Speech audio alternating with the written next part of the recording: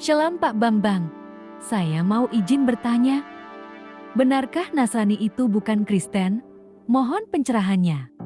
Maka kalau Anda sering dibully, ya, itu harus tahan bantingan, akalnya dipakai, supaya sekalipun kita tidak membuli orang lain, tapi bisa menjawab bulian orang lain.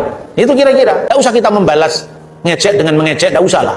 Itu bukan cara Kristen seperti itu. Duduk di sebelah kanan Allah itu bukan dua kursi, itu perumpamaan. Pinterlah. Masa yang gini aja kita bingung. Kalau Anda belajar bahasa Inggris, tapi kalau mimpimu masih pakai bahasa Indonesia, itu belum lancar bahasa Inggris.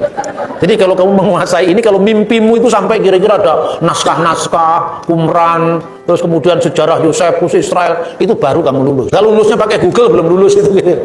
Ya apa sih yang duduk di sebelah kanan Allah? Itu tadi Mazmur tadi, Neum Hasem Laduni, berfirmanlah Tuhan kepada Tuanku, Siflimini, duduklah di sebelah kananku. Bait Allah di Yerusalem itu memiliki 3 ruangan. Ruangan pertama itu adalah tanda kehadiran Allah, Sekinah Ilahi, itu ruangan Maha Kudus.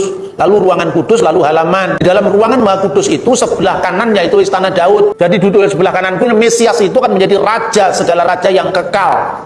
Itu artinya bukan artinya ada 2 kanan dan kiri, bukan. Tuhan kan nggak mengenal kanan dan kiri, atas dan bawah, karena Tuhan itu mengatasi ruang dan waktu. Jadi jangan membayangkan Yesus dalam kemanusiaannya. Itu menggambarkan apa? Kristus setelah bangkit dari orang mati, dia naik ke surga. Kemanusiaannya tetap ada, tapi kemanusiaan yang tidak lagi terikat oleh ruang dan waktu. Itu yang disebut tubuh surgawi.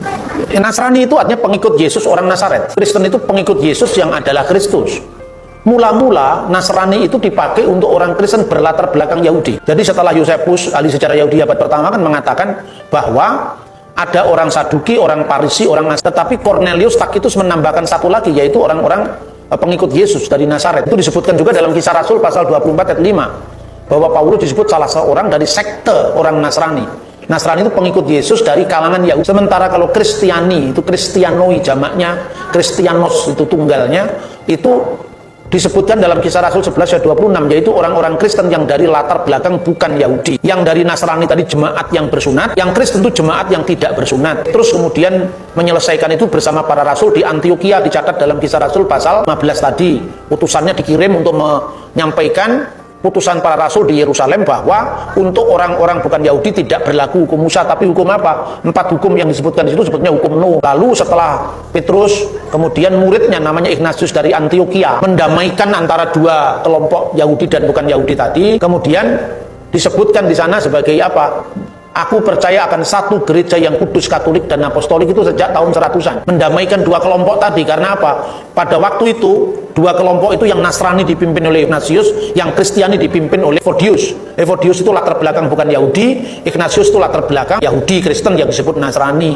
Tapi setelah akhirnya perkembangan kemudian mereka semakin bisa saling memahami, mulailah dikenal istilah satu gereja yang kudus, katolik, dan apostolik. Katolik itu belum menjadi nama gereja sekarang, itu masih menjadi kata sifat dari gereja, artinya satu gereja yang kudus, am, dan rasuli. Munculnya di sana.